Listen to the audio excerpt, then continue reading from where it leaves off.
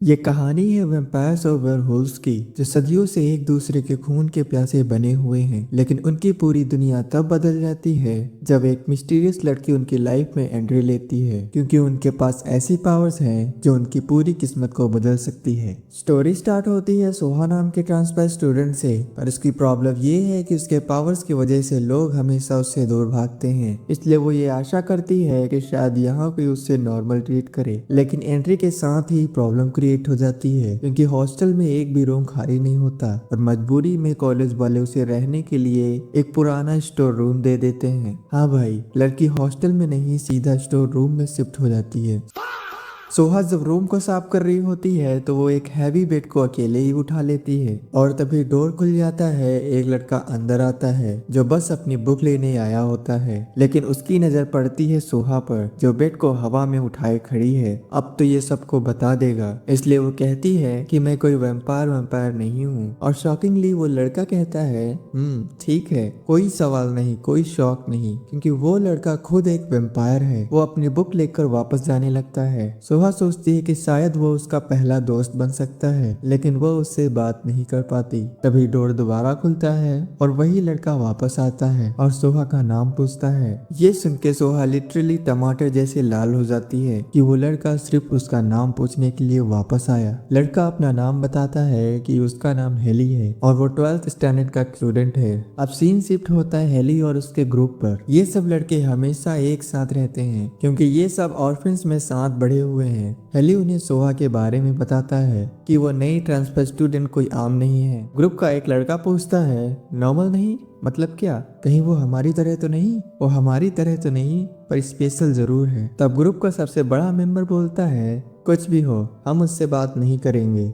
और उसकी वजह है उनकी पुरानी मेमोरी। हमें एक फ्लैशबैक में दिखाया जाता है वे सब भाग रहे होते हैं तो उन्हें एक घर मिलता है जहां वो रुक जाते हैं, लेकिन भूख इतनी ज्यादा होती है कि वो खून की प्यास को कंट्रोल नहीं कर पाते। और तभी घर की लड़की उन्हें देख लेती है और समझ जाती है कि वे नॉर्मल लड़के नहीं पर वैम्पायर्स हैं। वो चिल्लाने लगती है, जिससे गांव वाले उन्हें मारने के लिए आ जाते हैं। किसी तरह वे सब वहां से भाग निकलते हैं, लेकिन उस दिन के बाद उन्हें इंसानों पर भरोसा ही नहीं रहा। इसलिए हेली का ग्रुप किसी से दोस्ती नहीं करता। नेक्स्ट डे सोहेल उन्हें फिर याद दिलाता है कि कोई भी उस ट्रांसफर स्टूडेंट से बात नहीं करेगा। सोहा उनकी बात सुन लेती है और उसका दिल टूट जाता है। उसे लगता है कि यहाँ भी उसे कोई एक्सेप्ट नहीं करेगा। लेकिन इंटरेस्टिंग बात यह है कि सोहा के पास भी एक पावर है जिससे लोग ऑटोमेटिकली उसकी तरफ अट्रैक्ट हो जाते हैं। उस ग्रुप का एक स्टूडेंट सोहा से प्यार से बातें करता है, जिससे बाकी के स्टूडेंट भी उसके पास आते हैं और कहते हैं कि वो सोहेल की बातों को बुरा ना माने, वो तो कुछ भी बोलता रहता है। हेली उसे पूरा स्कूल टूर कराता है और उसे अपनी पावर भी बताता है। हेली के पास टेलीपैथी होती है, मतलब वो किसी भी माइंड में घुसकर उनसे बातचीत कर सकता है। जब सोहा उसकी आवाज अपने दिमाग में सुनती है तो वो सच में डर जाती है। हेली कहता है, रिलैक्स, ये बात तुम किसी को मत बताना, ये तुम्हारे अलावा और कोई भी नहीं जानता। लेकिन अभी जो ट्विस्ट है कि हेली के फ्रेंड्स के पास भी कुछ ना कुछ पावर्स हैं। नेक्स्ट डे सब सोहा के रूम की सफाई करने आते हैं और तभी गलती से सोहा डंबल से भरा हुआ बॉक्स उठा लेती है। सब उसे देखकर शॉक रह जाते हैं। सोहा सोचती है, उप्स, ये मैंने क्या कर दिया। हेली अपनी टेलीपैथी से कहता है, रिलैक्स, मैंने तुम्हें बताया था ना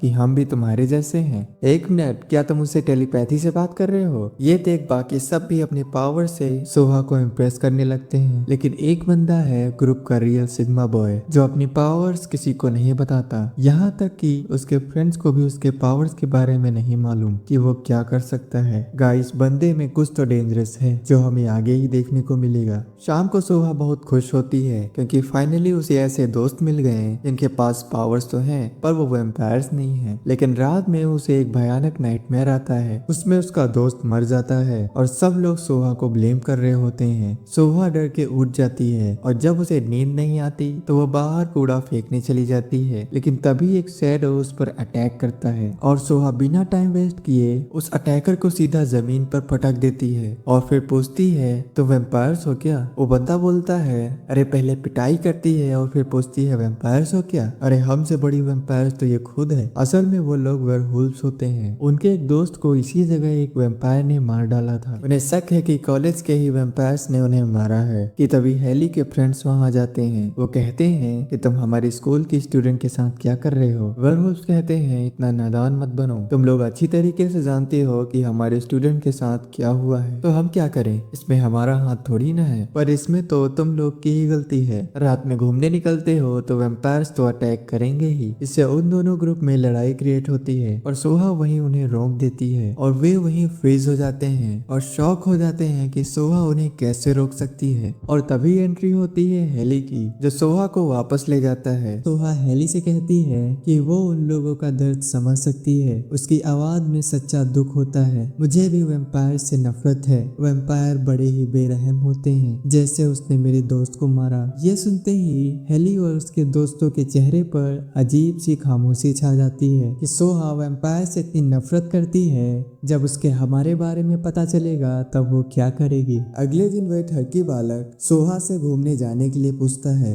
क्या सिर्फ हम दोनों? हाँ सिर्फ हम दोनों। कि तभी सोहेल वहां आ जाता है। तुम अपनी ठरकबाजी से बाज नहीं आओगे। और जब ये बात उनके दोस्तों को पता चलती है तो वे सब भी सोहा के साथ घूमने जाने के लिए बोलते हैं। और हेली भी सोहा से कहता है अगर ऐसा है तो मैं भी तुम्हारे साथ चलूंगा, जिससे सोहा उन सब के साथ घूमने के लिए मान जाती है। और अगले दिन वही ठरकी बालक अपने दोस्तों को गलत टाइम बता के वो अकेले ही सोहा से मिलने आ जाता है। सोहा जब उससे बाकियों के बारे में पूछती है तो वो कहता है उन सबको अचानक से इम्पोर्टेंट काम आ गया, मैं ही सिर्फ तुम्हारे लिए टाइम निकाल पाया। इसके बाद वो सोहा से इंतजार करने के लिए बोलता है और खुद टिकट लेने के लिए चला जाता है। इधर हेली सोहा से टेलीपैथी से कांटेक्ट करता है कि उसको थोड़ी देर हो गई लेकिन वो उसके पास आ रहा है, जिससे सोहा सोचती है जरूर हेली उसके आसपास ही होगा। वो उसे ढूंढने के लिए निकल पड़ती है कि तभी एक हाथ उसे घसीट लेता है। सोहा देखती है तो वो एक वैम्पायर होता है। सोहा अपनी पावर से उसे पटक देती है कि तभी वहीं एक और वैम्पायर आ जाता है। सोहा डर के मारे फिसल जाती है। वैम्पायर उसे बाइट करने वाला ही होता है कि तभी वहीं ठरकी बालक उसे बचा लेता है और एक सेकंड के लिए हमें उसके अंदर भी एक वैम्पायर की झलक दिखती है कि तभी एक और वैम्पायर हमला कर देता है। जब सोहा खतरे में होती है तभी जाका एंट्री मारता है और टेलीपोर्टेशन की पावर से उसे बचा लेता है। वो वैम्पायर उनसे कहता है उसे बस सोहा चाहिए, जिससे हमें पता चलता है कि ये सब वैम्पायर सोहा के लिए आए होते हैं। इनकी इतनी मजाल कि ये हमसे हमारी सोहा को मांग रहे हैं। और वे सब साथ में उन वैम्पायर से फाइट करते हैं। उनमें से एक के पास फायर की पावर्स होती हैं। वो उन सबको आग से जला देता है। हेली कहता है कि इन सब का साथ में सोहा के लिए आना कोई इत्तेफाक नहीं है। जरूर ये लोग भी जानते हैं कि सोहा खास है और इनको किसी ने यहाँ भेजा था। इधर सोहा जब बाहर होती है तो उसके बचपन का दोस्त उसे दिखाई देता है। वो कहती है क्या ये सच में क्रिस है? पर वो तो मर चुका है, ये कैसे हो सकता है? वो उसके पास दौड़ के जाती है कि तभी हेली उसे पुकार लेता है। वो वापस उधर देखती है तो वो गायब हो चुका होता है। यार ये बात मेरे कुछ हजम नहीं हुई। गाइस आपको क्या लगता है कि वो कौन है? मुझे तो कुछ गड़बड़ लगती है क्योंकि उसका दोस्त तो बचपन में ही मर चुका है। जरूर उसकी भेष में कोई और है, पर ये तो हमें आगे ही पता चल पाएगा। तभी वही स्टूडेंट्स वहाँ आ जाते हैं। हाँ वही स्टूडेंट्स जिनको सोहा ने उस रात धोया था। असल में ये सब कोई मामूली लड़के नहीं है, ये लोग भेड़िए हैं। भेड़िए और वैम्पायर तो आपस में कट्टर दुश्मन हैं। यही वजह है कि हेली और उसके दोस्तों की उनसे नहीं बनती, पर सोहा के चक्कर में उन्हें एक जगह इकट्ठा होना पड़ता है क्योंकि वे सब सोहा से अट्रैक्ट होते हैं। उनको जब पता चलता है कि सोहा पर वैम्पायर्स ने हमला किया था तो उनमें का लीडर जिसका नाम खाल होता है कहता है कि उनसे एक लड़की को बचाया तक नहीं जा रहा, इससे अच्छा होता कि सोहा हमारे साथ होती। तभी वही ठरकी बालक सोहा को बर्थडे पार्टी में इनवाइट करता है। तुम पक्का आओगी ना सोहा? भेड़िए कहते हैं क्या तुम लोग और पार्टी? हाँ यकीन नहीं होता तो आके देख लेना। भला हम लोग तुम्हारी पार्टी में क्यों आएंगे हैं? ये मजाक था, तुम लोगों को बुलाएगा ही कौन। जिससे सोहा कहती है कि ये कितना अच्छा होगा जब हम साथ में पार्टी मनाएं। इसके बाद वे सभी हमें पार्टी में दिखाए जाते हैं जहाँ वेयरवुल्व्स भी आते हैं। वे लोग जाम पीते हैं और पार्टी को एंजॉय करते हैं। सोहा उन्हें गिफ्ट देती है तो हेली और उसके दोस्त उसे खोलने के लिए काफी बेताब हो जाते हैं, लेकिन जब वे खोलते हैं तो उसमें उन्हें वैम्पायर से बचने की दवाइयाँ मिलती हैं। यार, वैम्पायर्स को ही एंटी वैम्पायर्स की मेडिसिन कौन देता है। सोहा कहती है तुम सब मेरे लिए बहुत खास हो, इसलिए मैं नहीं चाहती कि तुम लोगों को कोई वैम्पायर परेशान करे। हेली और उसके दोस्त दिखावा करते हैं कि उनको ये गिफ्ट पसंद आया। वेयरवुल्व्स उनका मजाक उड़ाते हैं कि सोहा का गिफ्ट उनके लिए परफेक्ट है और वेयरवुल्व्स का लीडर खाल भी सोहा को गिफ्ट देता है। क्योंकि सोहा को डॉग्स पसंद है तो वे उसे डॉग की पिक्चर फ्रेम करके देता है। इसके बाद वे केक कट करते हैं और पार्टी को एंजॉय करते हैं। और शाम को सोहा उनकी साफ सफाई में मदद करने के लिए पूछती है, पर वे ये कहकर मना कर देते हैं कि शाम हो गई है, उसे घर जाना चाहिए। इसलिए सोहा खाल के साथ जाने लगती है और जब सोहा रास्ते में ही होती है तो उसे याद आता